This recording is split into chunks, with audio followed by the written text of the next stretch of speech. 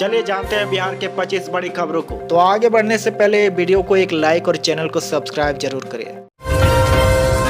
ऋषिकेश के तर्ज पर पटना के पुनपुन में बन रहे लक्ष्मण झूला का निर्माण कार्य पूरा कर लिया गया है। आज शुक्रवार 5 सितंबर को सुबह 10 बजे इस ब्रिज का उद्घाटन मुख्यमंत्री नीतीश कुमार करेंगे। आपको बता दें कि 6 सितंबर से प्रतिपक्ष मेला की शुरुआत होने वाली है। उसके ठीक एक दिन पहले लक्ष्मण झूला को पर्यटकों और आम जनता के लिए खोल दिया जाएगा। प्रतिपक्ष मेला से पहले इसका उद्घाटन होना था। ठीक प्रतिपक्ष मेले के एक दिन पहले मुख्यमंत्री नीतीश कुमार ने इस ड्रीम प्रोजेक्ट का उद्घाटन करेंगे। इसकी सारी तैयारियां पूरी कर ली गई है। वहीं लक्ष्मण झूला के बनने का इंतजार लोगों को काफी दिनों से था। अब इंतजार की घड़ी खत्म हो गई है। बता दें कि इस भव्य परियोजना की घोषणा मुख्यमंत्री नीतीश कुमार ने 26 जनवरी 2019 को की थी। इसके बनने में करीब 6 साल 7 महीने लग गए। अब लोगों का सपना साकार हो गया है। इसे लोग पुनपुन का गौरव के रूप में देख रहे हैं। बड़ी खबर में देखिए, बिहार सरकार ने राजस्व एवं भूमि सुधार विभाग के 7,480 कॉन्ट्रैक्ट वर्करों की सेवा समाप्त कर दी है। ये कर्मचारी 16 अगस्त से हड़ताल पर थे और नियमित सेवा व राज्य कर्मचारी राज्य बीमा की मांग कर रहे थे। सरकार ने इन्हें 30 सितंबर शाम 5 बजे तक का काम पर लौटने का समय दिया था। जानकारी के मुताबिक कुल 10,775 संविदा कर्मियों में से 3,295 कर्मचारी समय सीमा खत्म होने से पहले काम पर लौट आए, जबकि शेष ने हड़ताल जारी रखी। वहीं विभाग का कहना है कि बार अपील और अतिरिक्त मौके देने के बावजूद इन कर्मचारियों ने काम पर वापसी नहीं की, जिससे सर्वे और अन्य कार्यों पर गंभीर बाधा उत्पन्न हुई, जिसके लिए यह फैसला लिया गया है। बिहार के गया जी में प्रतिपक्ष मेला शुरू होने वाला है। आगामी 6 सितंबर से प्रतिपक्ष मेले की शुरुआत होगी। इसे लेकर पर्यटन विभाग ने ऑनलाइन पिंडदान का पैकेज भी शुरू किया है, लेकिन ऑनलाइन पिंडदान का लगातार विरोध हो रहा है। गया पाल पंडा और विभिन्न संगठन ऑनलाइन पिंडदान का विरोध कर रहे हैं। उन्होंने कहा कि ऑनलाइन पिंडदान बंद होना चाहिए। ऑनलाइन पिंडदान किसी भी तरह से तर्क संगत नहीं है। वहीं संदीप मिश्रा का कहना है कि यह हमारे विष्णु नगरी है। यह प्रतिपक्ष मेले में श्राद्ध का काम चलता है। गया जी की भूमि पर जो लोग आते हैं वो पितरों के लिए मोक्ष की कामना करते हैं। उन्हें मोक्ष की प्राप्ति होगी, यह बड़ी आस्था है। लेकिन ऑनलाइन पिंडदान कर आस्था के साथ चोट किया जा रहा है। यहाँ आने का बड़ा महत्व है। किसी भी पितर पूर्वजों की मोक्ष की कामना के लिए यहाँ आना जरूरी है। बिहार विद्यालय परीक्षा समिति ने सक्षमता परीक्षा 2025 और डीएलएड पाठ्यक्रम की परीक्षा का रिजल्ट जारी कर दिया है। इसके बाद अब अभ्यर्थियों को यह सलाह दी गई है कि वह समिति की वेबसाइट पर जाकर अपना रिजल्ट देख सकते हैं। इस बार सक्षमता परीक्षा पास प्रतिशत 32.30% और डीएलएड का 90% अधिक रहा। जानकारी हो कि बिहार विद्यालय परीक्षा समिति ने सक्षमता परीक्षा 2025 और डीएलएड पाठ्यक्रम की परीक्षा का परिणाम घोषित कर दिया है। इसको लेकर समिति के अध्यक्ष आनंद किशोर ने बताया कि परीक्षाफल बोर्ड की आधिकारिक वेबसाइट secondary.biharboardonline.com पर उपलब्ध है। इसके बाद परीक्षार्थी यूजर आईडी और पासवर्ड डालकर अपना रिजल्ट देख सकते हैं। बिहार सरकार ने राज्य के सरकारी विद्यालयों में उत्कृष्ट कार्य करने वाले 72 शिक्षकों को राजकीय शिक्षक पुरस्कार 2025 से सम्मानित करने की घोषणा की है। यह पुरस्कार उन शिक्षकों को दिया जा रहा है जिन्होंने न केवल विद्यार्थियों को शिक्षा प्रदान की है, बल्कि समाज में शिक्षा की गुणवत्ता को बेहतर बनाने में अहम योगदान दिया है। पुरस्कार पाने वालों में 29 महिला और 43 पुरुष शिक्षक शामिल है। इनमें प्राथमिक, मध्य प्राथमिक, उच्च माध्यमिक और उर्दू विद्यालयों के शिक्षक, प्रधानाध्यापक सम्मिलित है। शिक्षा विभाग की निदेशक साइला ने बुधवार को शिक्षकों की सूची जारी की है। आपको बता दें कि यह पुरस्कार समारोह 5 सितंबर 2025 को पटना के श्री कृष्ण मेमोरियल हॉल में आयोजित होगा। इस दिन को डॉक्टर सर्वपल्ली राधाकृष्णन की जयंती के उपलक्ष्य में पूरे देश में शिक्षक दिवस के रूप में मनाया जाता है। वहीं प्रत्येक चयनित शिक्षकों को 30,000 की राशि मिलेगी। इसके अलावा श्रीमती चिन्ह और प्रशस्ति पत्र से भी नवाजा जाएगा। बड़ी खबर में देखिए, संसद सत्र के दौरान राज्यसभा सांसद एवं चंद्रवंशी चेतना मंच के राष्ट्रीय अध्यक्ष डॉक्टर भीम सिंह ने गया दिल्ली के बीच नई रेलगाड़ी की मांग की थी, जिसे रेल मंत्री अश्विनी वैष्णव ने स्वीकृति प्रदान की है। आपको बता दें कि ट्रेन संख्या 13697, 13698 गया दिल्ली अमृत भारत एक्सप्रेस का परिचालन अब शुरू होगा। इस ट्रेन का ठहराव अनुग्रह नारायण रोड स्टेशन पर भी होगा। यह ट्रेन गया, औरंगाबाद और आसपास के क्षेत्रों के यात्रियों के लिए दिल्ली यात्रा को सुगम और सरल बनाएगी।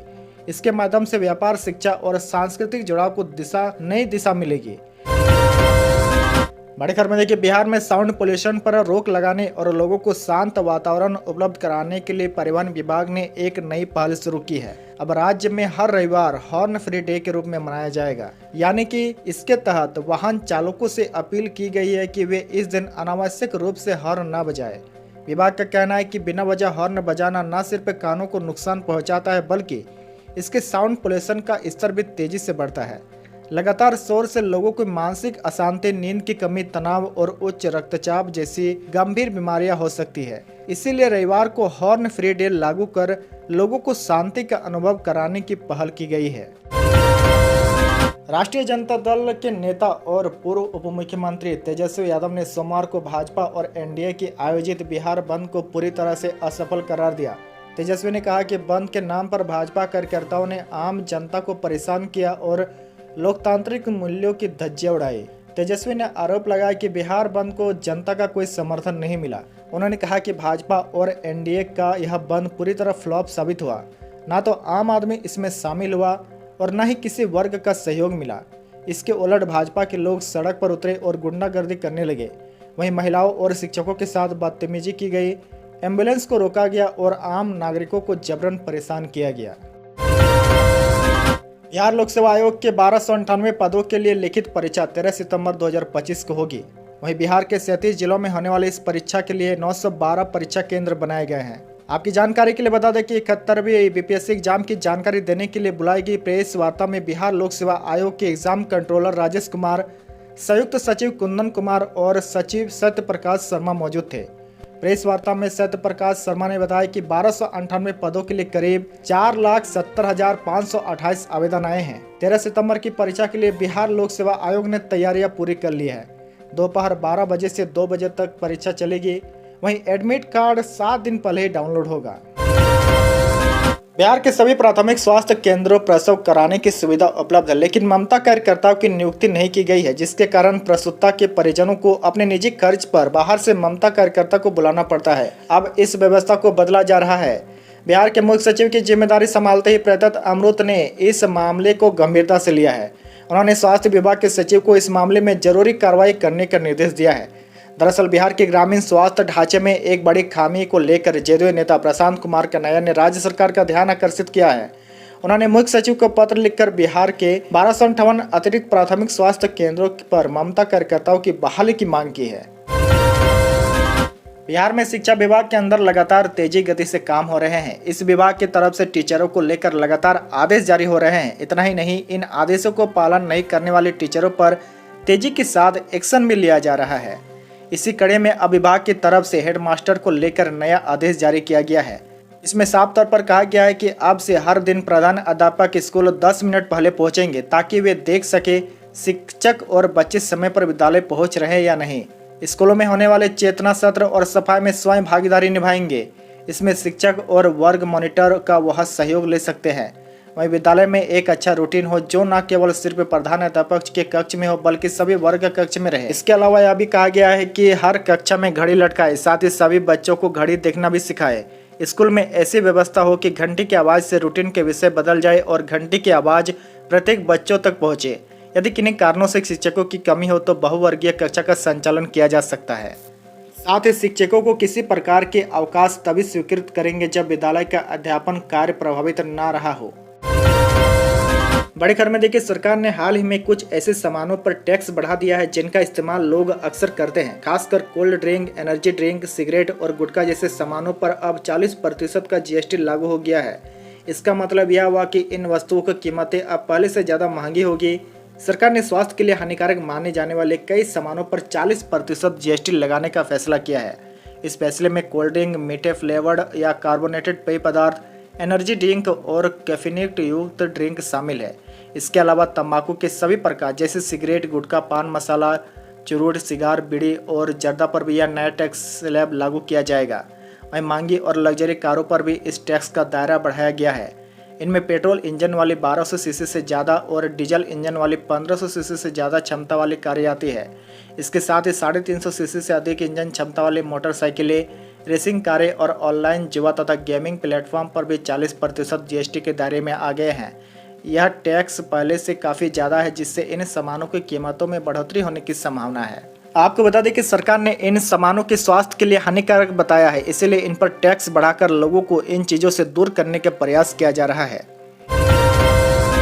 बिहार में विधानसभा के करीब 3 दर्जन सीटें ऐसी है जहां पिछली बार बेहद कम मतों के अंतर से जीत और हार दर्ज हुई थी, लेकिन 5 साल हुए विधानसभा चुनाव में कम अंतर से जीती गई 3 दर्जन से अधिक सीटों पर इस बार भी कांटे के टक्कर की उम्मीद है।